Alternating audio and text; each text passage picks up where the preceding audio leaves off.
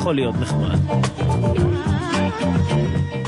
עדיין במטבח, אומרים שהוא הגיע ממצרים, אולי סודן, אולי תימן, אבל רק בישראל הוסיפו לו צ'יפס וחומוס והכריזו עליו מאכל לאומי. ועכשיו שלב הייצוא מאוסטרליה ואמסטרדם, איפה לא, פלאפל ישראלי, קצת אחרת. בן מיטלמן. ולנו יש פלאפל, פלאפל, פלאפל, לאבא מתנה, גם אמא כאן קונה, לסבתא הזקנה נקנה חצי מנה, וגם החותנת היום תקבל פלאפל, פלאפל. במשך שנים גדלנו בידיעה שהפלאפל הוא רק שלנו. אצל הגויים החיים אולי יותר טובים ומסעדות הגורמן הכי טעימות, אבל כדור קטן עשוי מחומוס וכוסברה, זה רק אצלנו. לאט לאט התפשט הפלאפל ברחבי העולם, והמוח הישראלי הבין שאולי איבדנו את המאכל הלאומי, אבל לפחות נעשה מזה קצת כסף. בכך אם תפתחו היום את האטלס ותבחרו מדינה, נוסיף לכם קצת חינה.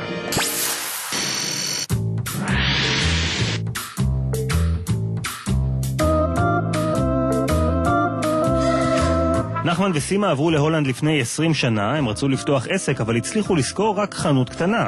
איזה עסק אפשר לנהל בחנות צרה וארוכה, הם חשבו?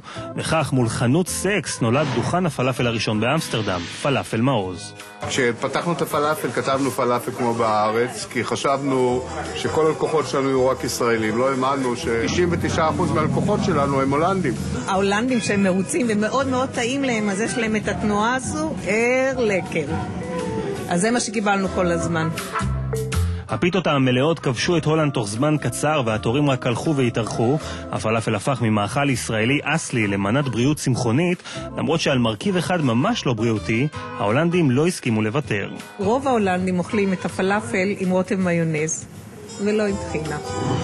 הדוכן הקטן הפך לאימפריה, והיום יש לבני הזוג סניפים ביותר מ6 מדינות, כולם הצלחה גדולה, חוץ מאחד. היה לכם בעצם רק סניף אחד בכל העולם שנכשל. איפה? בישראל. קסה? אז הלקוחות הישראלים לא התחברו לטעם של מעוז, הלקוחות ההולנדים לעומת זאת מצאו בו יתרון אחד בולט. ידוע שההולנדים מאוד מאוד קמצנים, הם מוציאים את הקציצות מתוך המנה ומתחילים למלא ולמלא ולמלא, ולפעמים באים 2, 3 ואוכלים את זה, וזה על הכיפק.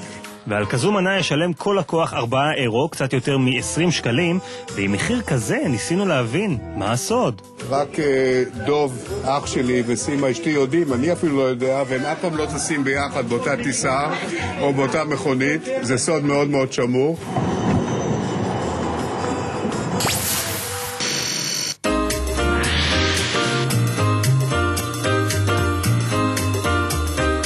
ברוכים הבאים לאוסטרליה, ארץ הקנגרו והגולשים. עכשיו תוכלו להוסיף לרשימה הזו פריט חדש, מנה בפיתה. יש לנו 3 סוגי פלאפלים, הפלאפל הרגיל, פלאפל פסטו ופלאפל עם פלפלים בפנים. בלב הבונדיי ביץ' בסידני נמצאת מסעדת סבבה, שהוקמה בדיוק לפני האולימפיאדה בשנת 2000, ומאז היא רק הולכת וגדלה. ואם התרגלתם לשילוב הקלאסי של פלאפל, חומוס וסלט, כאן כבר תצטרכו להתמודד עם משהו קצת אחר. אני עכשיו אוכל את הפלאפל הכי אהוב עליי, מרקש.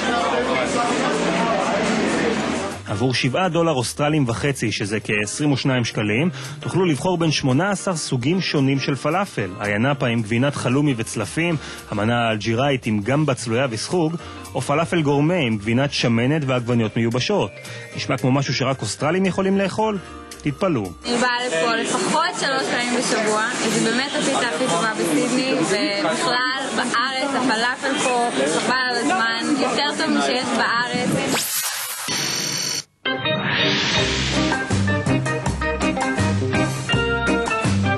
קחו ימינה בביג בן ושמאלה בארמון בקינגהאם ותגיעו לדיזנגוף. פלאפל דיזנגוף זאת אומרת.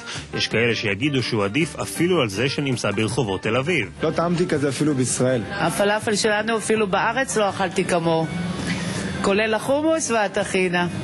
במסעדה הזו שממוקמת בלב שכונה יהודית לא תמצאו פיש אנד צ'יפס, הכל כשר למהדרין, ובכל נגיסה שתיתנו בפיתה שלכם, מגדלי עזריאלי יפקחו מאחור. אבל כידוע לונדון מאוד לא זולה, הכשרות בה אפילו יקרה יותר, כך שמנה כזו של פלאפל תעלה לכם משהו בסביבות 30 שקלים.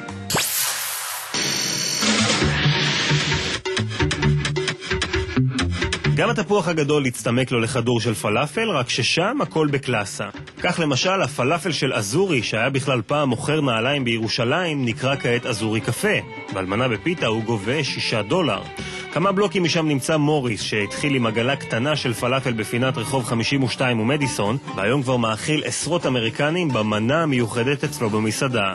אז יש פלאפל גם בניו יורק, תודו, לא הפתעה גדולה. המקום הבא לעומת זאת הרבה פחות צפוי.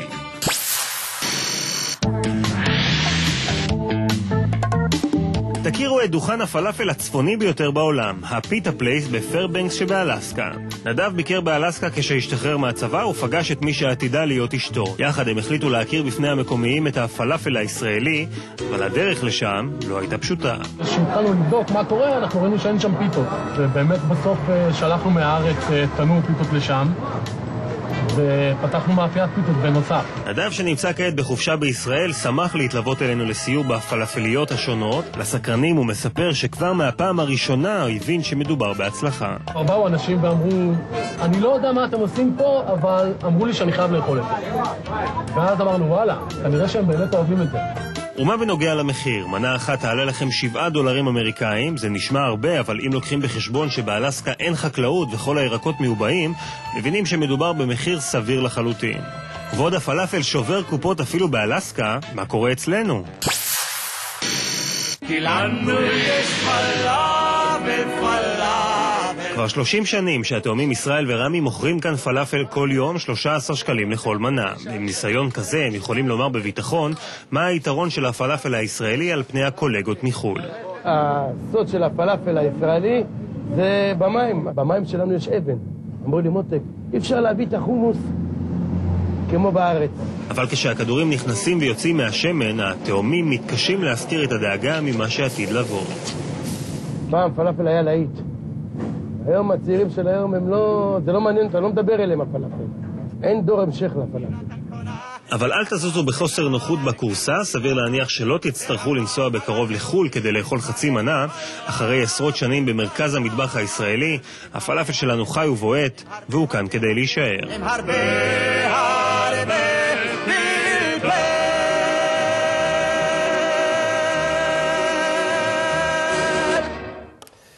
כתבה של אלעד שמחיוף שעשה לכם תיאבון, תודו, עכשיו